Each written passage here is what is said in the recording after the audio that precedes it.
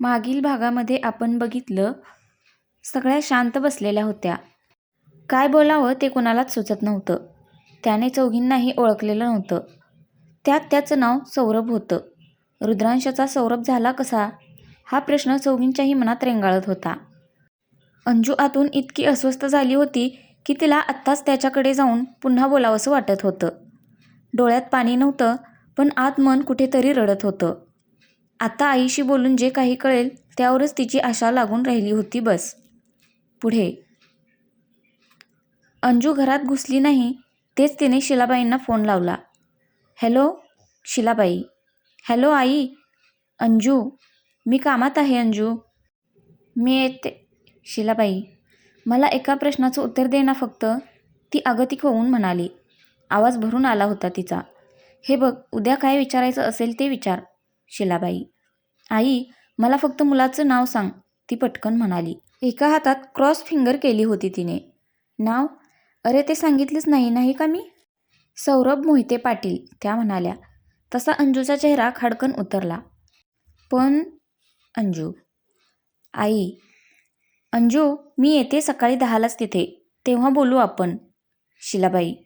खरंच वेळ नाही अंजू. बोलूयात उद्या. बाय. त्या म्हणाल्या आणि त्यांनी कॉल कट केला.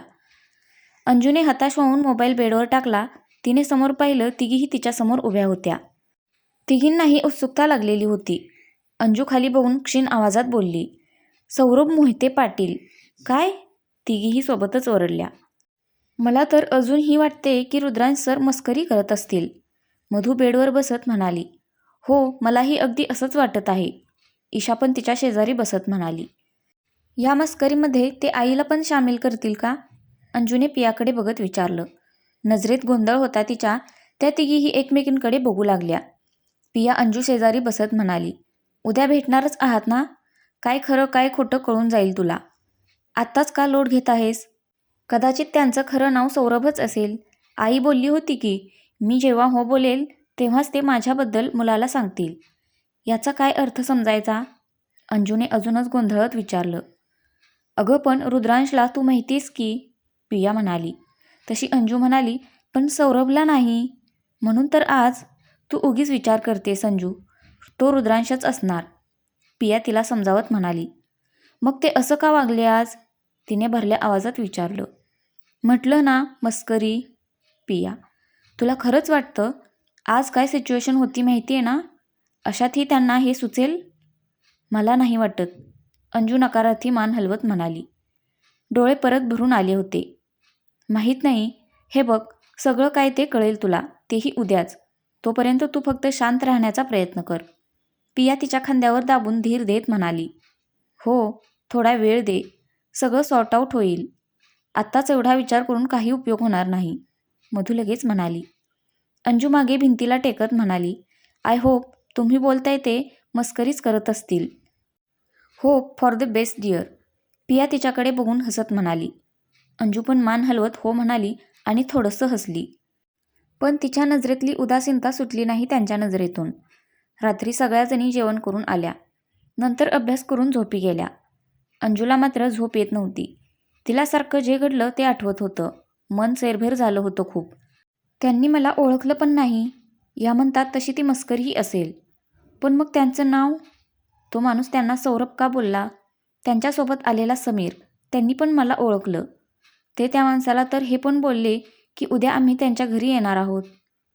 पण मग का केलं त्यांनी असं? ही सगळी मस्करी असेल ना? तर मी सोडणार नाही त्यांना. त्यांच्या मस्करीत झोप उडाली आहे माझी. पण कदाचित त्यांना माहीत नसेल की ते गेस्ट आम्हीच आहोत. आणि जे घडलं ती मस्करी नसेल तर? नुसत्या त्या विचारानेच तिचं काळीज थरथरलं. ती बेडवर उठून बसली. नाही, आधीच काय कमी वाट पाहायला लावली का? आणि आत्ता हे? मला वाटते मी जास्तच विचार करते. माझं डोकं. तिने डोक्याला हात लावला. माझी अजून परीक्षा बघू नको गणराया. प्लीज. तिने मनातच गणरायाला विनवणी केली. तिचं डोकं खरंच ठसठस करत होतं. ती बाम लावून पुन्हा झोपली. कितीतरी वेळाने तिला झोप लागून गेली. सकाळी अंजू 8ला उठली. ती तिचं उरकून शिलाबाई व राजला आणण्यासाठी स्टेशनवर गेली. ती तिथेच बसची वाट पाहत बसली होती. बसल्या बसल्या ती काल जे घडलं त्याचबद्दल विचार करत होती. तिच्या खांद्यावर कुणीतरी हात ठेवला तशी ती दचकली. मी आहे दीदी, राज तिच्यासमोर उभा राहत म्हणाला. आवाज द्यायचास ना, किती घाबरले मी. ती त्याला दंडावर मारत ओरडली. मारतेस कशाला. तो पण तिला डोक्यात टपली मारत म्हणाला. तू. ती त्याला मारणारच तेच शिलाबाई तिथे येत बोलल्या. झालं का तुमचं सुरू. आई. अंजूने त्यांना मिठी मारली. तिनेच सुरू केलं आधी. आई बघ तूच आता, राज पुन्हा तिला मारत म्हणाला. तसं तिनेही त्याला मारलं आणि शिलाबाईंना बोलली. गप रे राज. बरं अंजू, इथे कुठे चांगला चहा भेटत असेल तर चल बाई, त्या वैतागून म्हणाल्या. हो इथेच बाजूला मिळतो चल, ती त्यांच्या जवळची बॅग घेत बोलली. ते तिघेही मग चहा पिण्यासाठी एका चहा स्टॉलकडे गेले. तुला बायोडाटा पाठवायचा राहिला बघ, राजच्या मोबाईलमध्येच आहे, शिलाबाई चहा घेता घेता म्हणाल्या. राहू दे ताई, तुला पसंत आहे ना मुलगा, अंजूने त्यांना विचारलं. हो, मुलाबद्दल सगळं सांगितलं त्यांनी. फोटो बघितल्यावरच तुझ्यासाठी आवडला होता मला, आणि ती माणसे खूप चांगली वाटली बघ, त्या भारावून म्हणाल्या. पण दीदी, नेहमी वाद घालत असतेस, आणि यावेळेस तुला हा मुलगा फक्त फोटोवरूनच आवडला, तिला विचारलं. तिला काय बोलावं सुचेना. हो, ते फोटोमध्ये पर्सनॅलिटी तर चांगली वाटली, आता समोरासमोर पण बघूच आपण, ती कसं तरी हसत म्हणाली. आज तू काय ते बघून घे, त्याच्यासोबत बोलून घे, त्यानंतर तुझा जो निर्णय असेल तो मान्य असेल आम्हाला. हो ना आई, राज आधी अंजू आणि मग आईकडे बघत म्हणाला.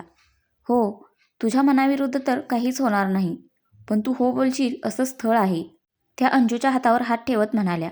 ती फक्त हसली.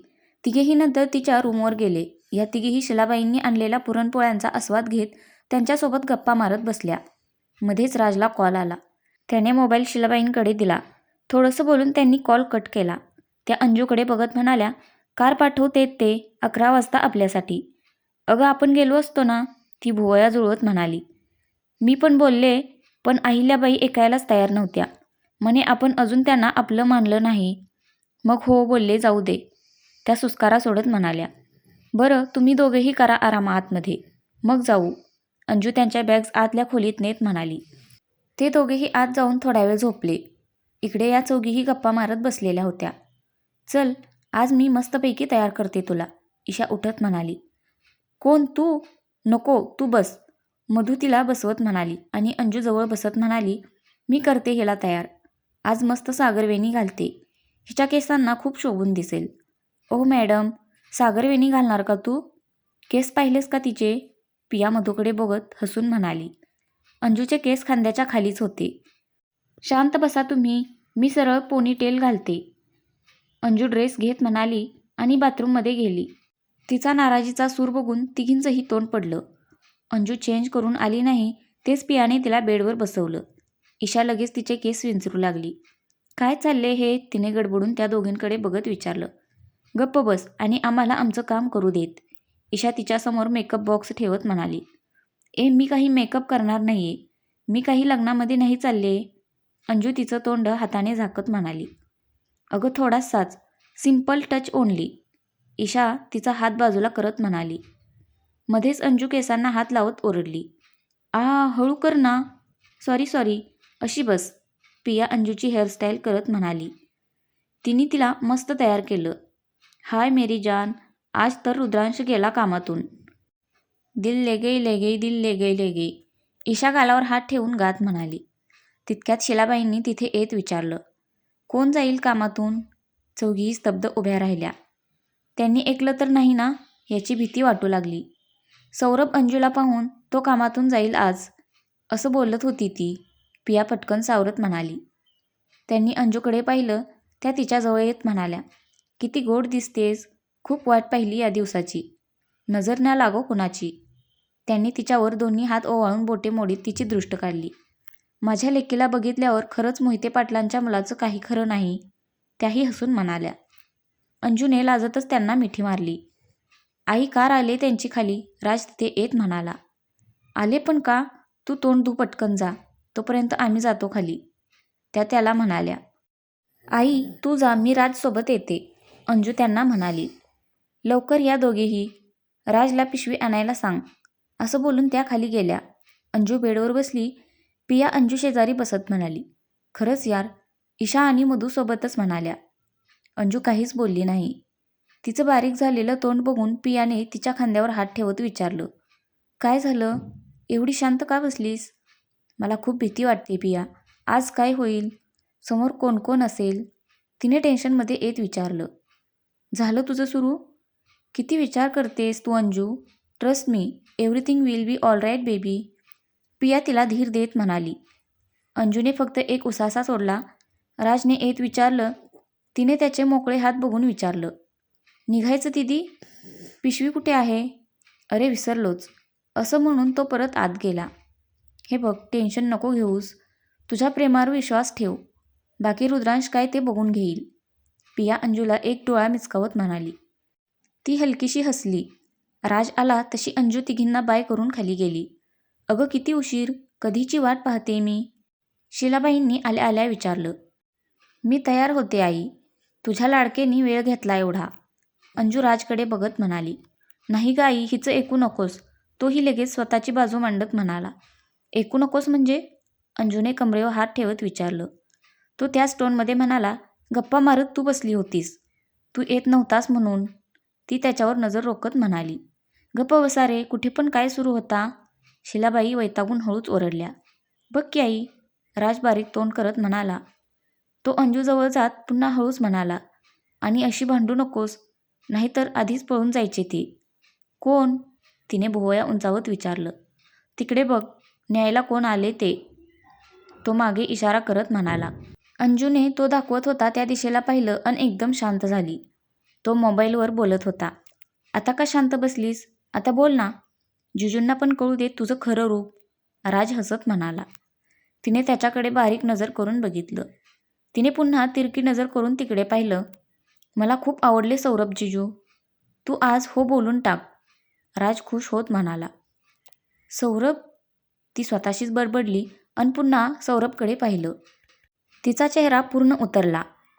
आत मनात पुन्हा कालवाकालव सुरू झाली. अजूनच टेन्शन येत चाललं होतं. तिची नजर वर रूमकडे गेली. विंडोमधून त्या तिघीही खाली बघून हसत होत्या. त्या तिघींनीही तिथूनच थंब दाखवत ऑल द बेस्ट केलं. अंजू हसून इशारा करत थँक्यू बोलली. तितक्यात तिथे सौरभ आला आणि शिलाबाईंकडे बघत म्हणाला. सॉरी, तुम्हाला वाट पाहावी लागली. महत्त्वाचा कॉल होता, त्यामुळे इग्नोर नाही करता आला. अहो सॉरी नका बोलू, समजू शकतो आम्ही. शिलाबाई हसत म्हणाल्या. मला तू म्हटलं तर चालेल, तो नम्रपणे म्हणाला. तू मला आई म्हणणार असशील तर? त्या त्याच्याकडे हसून बघत म्हणाल्या. तोही होकारार्थी मान हलवत हसला. हसता हसता त्याने अंजूकडे पाहिलं आणि त्याची नजर तिच्यावरच स्थिरावली गेली. त्या गुलाबी ड्रेसमध्ये आणि समोर थोडीशी हेअरस्टाईल करून मोकळ्या सोडलेल्या केसांमध्ये खूप लोभस दिसत होती ती. गोऱ्या पान चेहऱ्यावर हलकासा मेकअप पण परफेक्ट वाटत होता. तीही त्यालाच बघत होती. त्याच्या डोळ्यातले भाव बघून तिने लाजत खाली पाहिलं. तो भानावर येत बोलला. तुम्ही? ही अंजू, माझी मुलगी. तुम्ही ओळखलं नाही का? घरचे बोलले असतील ना हिच्याबद्दल? शिलाबाईंनी ओळख करून देत विचारलं. घरचे? नाही, पण मी ओळखतो. काल भेटलो होतो आम्ही. तो अंजूकडे बघत म्हणाला. तुम्ही भेटला होतात? शिलाबाईंनी आश्चर्याने विचारलं. हो, ते यांनी काल आमच्या पिल्लूला, माझ्या भाचीला वाचवलं. तो कौतुकाने म्हणाला. काल? आणि गोव्याच्या भेटीचं काय? अंजूने त्याच्याकडे बघून मनातच प्रश्न केला. भयंकर अस्वस्थ झाली आता ती. असं का बोलत होता तो? मनाची तगमग होत होती आता खूप. खूप ब्रेव आहेत या. मला यांना थँक्स बोलायचं होतं, तो हसून म्हणाला. शिलाबाईंनी तिच्याकडे खरंच या नजरेने बघितलं. ती मानेनेच हो बोलली. त्यांनी हसून तिच्या डोक्यावरून हात फिरवला. ब्रेव तर असणारच ना, शेवटी बहीण कुणाची आहे? राज कॉलर वर करत म्हणाला. शिलाबाईंनी त्याला डोळ्यांनीच गय केलं. सौरभने हसून विचारलं. या ब्रेव मुलाचं नाव काय? राज. राज म्हणाला. छान आहे नाव. आपण निघूयात का? घरी वाट पाहत असतील आपली. तो कारचा मागचा दरवाजा उघडत म्हणाला. अंजू तिकडे वळणार तेच शिलाबाई म्हणाल्या. तू पुढे बस, मी आणि राज मागे बसतो. त्या लगेच आत बसल्या. दुसरीकडून राजही बसला. सौरभने तो दरवाजा लावला आणि अंजूसाठी समोरचा दरवाजा उघडला. तिने त्याच्याकडे थोडंसं हसून बघितलं आणि आत बसली.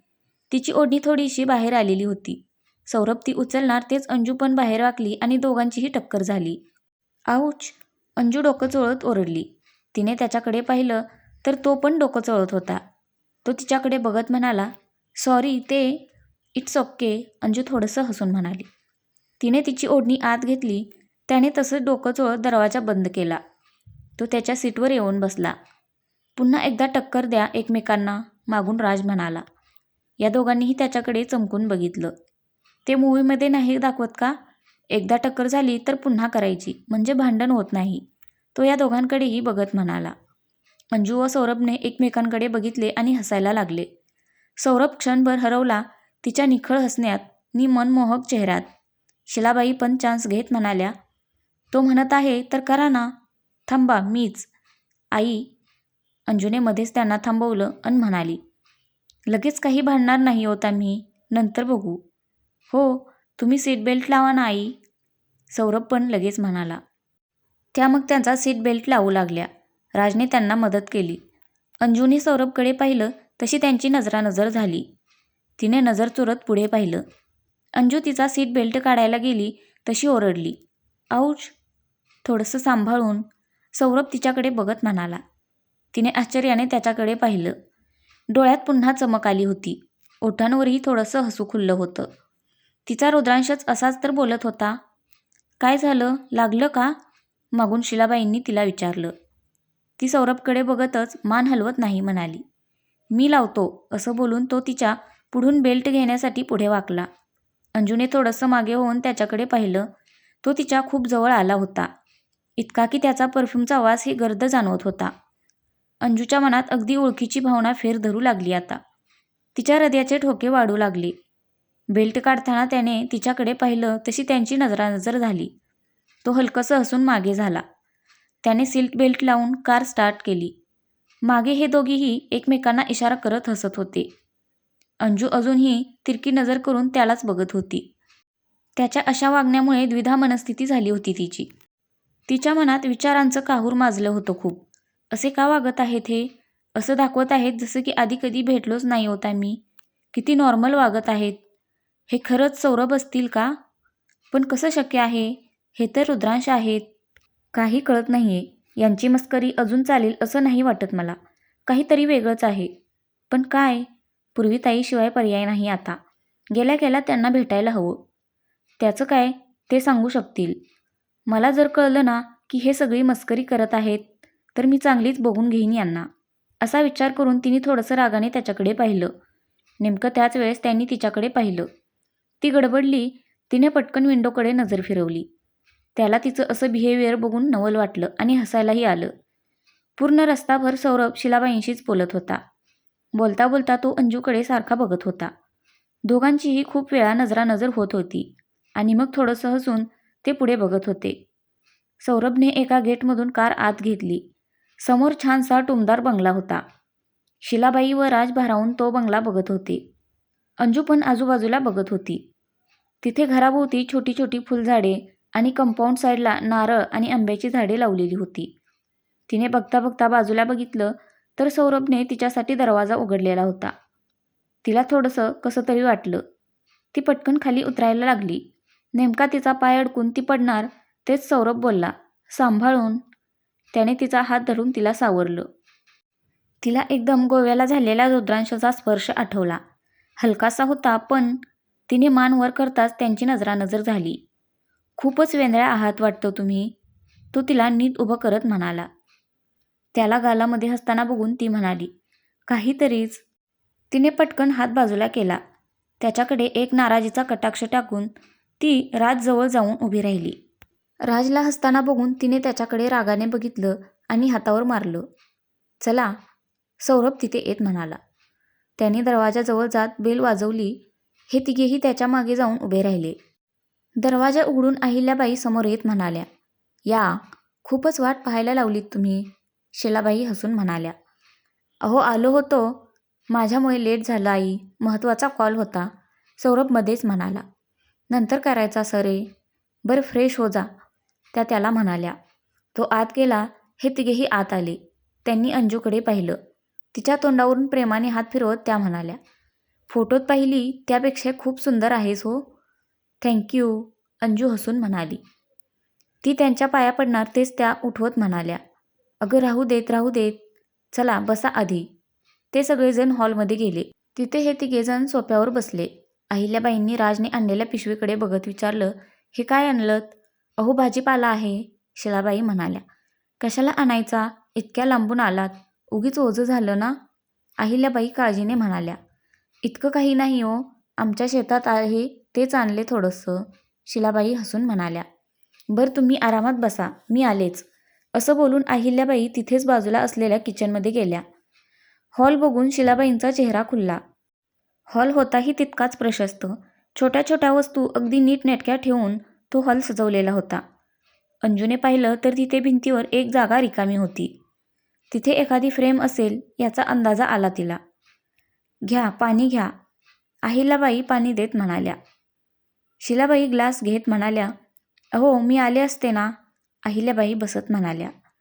अहो पहिलाच दिवस तुमचा इथे, पाहुण्या आहात, तुम्हाला कसं काम? पाहुण्या बोलून पर्क करत आहात बघा तुम्ही, शिलाबाई त्यांना मध्येच थांबवत म्हणाल्या. बरं राहिलं, तुम्ही अगदी तुमचं घर आहे असं समजून चला मग, त्याही हसतच म्हणाल्या. बाकीची नाही आहेत का घरात? शिलाबाईंनी नजर फिरवत विचारलं. अहिल्याबाई म्हणाल्या, अहो तानीला अचानक ताप आला. बाप रे, जास्त नव्हता ना? काल जे घडलं त्याचा धसका घेतला असणार तिने. बिचारी तेव्हा पण चांगलीच घाबरली होती. रडून रडून चेहरा सुजला होता तिचा. अंजू काळजीपोटी भरभर बोलून गेली. शिलाबाई व राजने आश्चर्याने पाहिलं तिच्याकडे. तिला तिची एवढी काळजी? अहिल्याबाई मान हलवत म्हणाल्या. काळजी करण्यासारखं काही नाही, थोडासाच ताप होता. हे आणि पूर्वी तिलाच घेऊन गेलेत हॉस्पिटलमध्ये. काल तू नसतीस तर देवासारखी धावून आलीस बघ. तू आणि माझ्या पिल्लूला वाचवलंस. तुझे आभार. अहो आभार कसले आई, सॉरी मी तुम्हाला. अंजू बोलता बोलता थांबली. अगं आईच बोल, खूप छान वाटलं ऐकून. खरंच, अहिल्याबाई तिच्याजवळ बसत म्हणाल्या.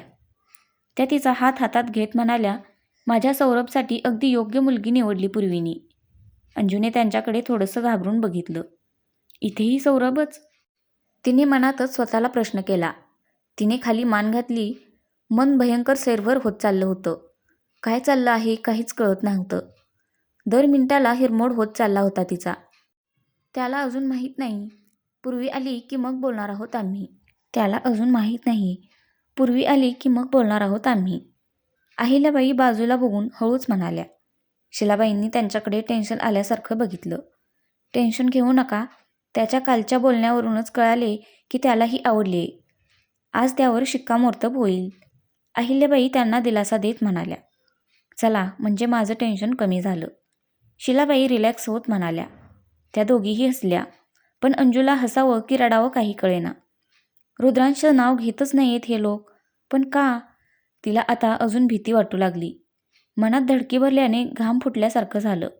तिने रुमालाने तिचं कपाळ पुसलं. ते बघून अहिल्याबाई म्हणाल्या, बघा असं होतं, तुम्ही बाहेरून आलात आणि मी फॅन पण चालू केला नाही. त्या उठणार तेच राज म्हणाला, मी करतो. त्या हसून परत खाली बसल्या. अंजूला आता कसं तरी होऊ लागलं. तिच्या घशाला देखील कोरड पडली. तिने तिथला ग्लास पाहिला तर त्यात पाणी नव्हतं. अहिल्याबाई ते बघून म्हणाल्या, पाणी हवं का? थांब, मी आणते, तुम्ही बसा. अंजू उसनं हसू म्हणत त्यांना म्हणाली. तिथे बाजूलाच फ्रीज आहे बघ, त्या हात करत म्हणाल्या. तिने होकारार्थी मान हलवली. अंजू चहा ठेवतेस का? शिलाबाईंनी तिला विचारलं. तशा अहिल्याबाई कपाळावर हात मारत म्हणाल्या, अरे देवा, चहा पण विचारला नाही मी तुम्हाला, मी आलेच घेऊन. अहो राहू द्यात, अंजू आणेल, शिलाबाई त्यांना हातानेच इशारा करत म्हणाल्या. हो आई आणते मी, अंजू ही हळूच म्हणाली. तिथे किचनच्या बाजूलाच ठेवले बघ सगळं, आणि चहाचं पातेलं पण तिथेच आहे, त्या तिला म्हणाल्या. अंजू हो बोलून आत गेली. अहिल्याबाई तिला जाताना बघून हसून म्हणाल्या, लाघवी आहे, लवकरच रुळेल असं वाटते. मलाही असंच वाटते, शिलाबाई हसत म्हणाल्या. त्यांनी विचार केला त्यापेक्षा जास्तच लवकर अंजूने सगळं मान्य केलेलं दिसत होतं. प्रवास कसा झाला? खूप लवकर निघाला असाल ना? अहिल्याबाईंनी विचारलं. हो, शिलाबाई. त्या दोघीही गप्पा मारत बसल्या. राज मोबाईलमध्ये बघत बसला. अगं आई बाबा आणि ताई आले नाहीत का अजून? सौरभने मागून जिन्यातून येत विचारलं. नाही, अपॉइंटमेंट न घेताच गेलेत ना, त्यामुळे थोडासा वेळ लागेल त्यांना, अहिल्याबाईंनी सांगितलं. मी जाऊ का? त्याने बसत विचारलं. तशा त्या म्हणाल्या, अरे येतीलच इतक्यात, हवं तर फोन कर. सौरभने कॉल करून विचारलं तर ते निघालेलेच होते. सौरभ मग तिथेच राजसोबत बोलत बसला. अंजू नव्हती तिथे. त्याने आजूबाजूला वळून बघितलं. ते पाहून अहिल्याबाईंना हसायला आलं. अरे आत आहे ती. काही बोलायचं होतं का? त्यांनी लगेच विचारलं. नाही ग, दिसल्या नाही म्हणून, तो कसं तरी हसत म्हणाला. या दोघीही एकमेकींकडे बघून हेतुपूर्वक हसल्या. इकडे अंजू आत किचनमध्ये आली. तिने फ्रीजमधून बॉटल घेत पाणी पिलं. ती हाताने स्वतःला थोडीशी हवा घालू लागली. खूप अस्वस्थ झाली होती ती. काय होते मला? अचानकच गरम का होते? ती स्वतःशीच बडबडली. ती तिथे विंडोसमोर जाऊन उभी राहिली. हवा येत होती आत. थोडंसं हलकं वाटल्यावर तिने किचनवर ठेवलेलं पातेलं घेतलं.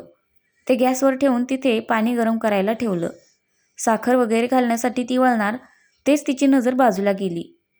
तिथे एक मोठी फ्रेम उलटी करून ठेवलेली होती. बाहेरची जागा रिकामी आहे. हीच फ्रेम नसेल ना? कुणाची असेल? असा विचार करून अंजूने ती फ्रेम उलटी करून पाहिली. तशी तिच्या पायाखालची जमीनच सरकली. कुणीतरी जोरदार धक्का द्यावा असा तिचा तोल जाऊन ती मागे किचनवर आदळली. श्वास घशातच अडकला गेला तिच्या. सगळ्या अंगाला घाम सुटला. हातपाय थरथरू लागले. डोळेही भीतीने विस्पारले गेले होते. नाही, असं हे नाही, नाही होऊ शकत. नाही ना? अचानक तिच्या डोळ्यांसमोर अंधारी आली आणि ती तशीच धापकन खाली आपटली. पडताना तिचा हात पातेल्याला लागला होता. त्यामुळे ते पातेलंही दणकन खाली आपटलं गेलं. काय पडलं? शिलाबाईंनी किचनकडे बघत विचारलं. भांडं पडलं वाटतं तिच्याकडून, थांबा मी बघते, अहिल्याबाई उठत म्हणाल्या. त्यांनी आत येऊन बघितलं तर अंजू खाली बेशुद्ध पडलेली होती. अंजू, त्या मोठ्याने ओरडल्या. त्यांचा आवाज ऐकून हे तिघेही घाबरून आत पळाले. अहिल्याबाई खाली बसून अंजूला उठवत होत्या. अंजू, ए बाळ अंजू. शिलाबाई पण तिच्याजवळ बसून तिला उठवू लागल्या. त्यांनी पाहिलं तर तिचा हातही लाल झालेला होता. सौरभला त्या दोघींमुळे पुढे जाता येईना. सौरभ, हिला उचल लवकर आणि बेडरूममध्ये घे आमच्या. मी यांना कॉल करते. डॉक्टरांना घेऊन येतील ते, अहिल्याबाई तिचं डोकं उचलत भरभर म्हणाल्या. सौरभने अंजूला उचलून घेतलं आणि तिला बाहेर घेऊन गेला. शिलाबाई पण त्याच्या मागे गेल्या. अहिल्याबाईंनी बघितलं तर गॅस चालू होता. हात भाजला वाटतं तिचा. देवा, त्या गॅस बंद करत म्हणाल्या. त्या वळल्या तशी त्यांना तिथली फ्रेम उलटी केलेली दिसली. अरे देवा, पोरींनी पाहिलं वाटतं. काय होऊन बसलं हे? असं बोलून त्या पटकन कॉल करण्यासाठी पळाल्या. राजने त्यांचं बोलणं ऐकलं. तो त्या फ्रेमजवळ गेला. त्या फ्रेमला हार लावलेला होता आणि त्यामध्ये सौरभसारखाच दिसणारा मुलगा पोलीसच्या युनिफॉर्ममध्ये होता. त्याने खाली नाव पाहिलं तर तिथे लिहिलेलं होतं, कै IPS रुद्रांश दिनेशराव मोहिते पाटील. तर फ्रेंड्स, आजचा भाग कसा वाटला नक्की कमेंट करून सांगा. धन्यवाद.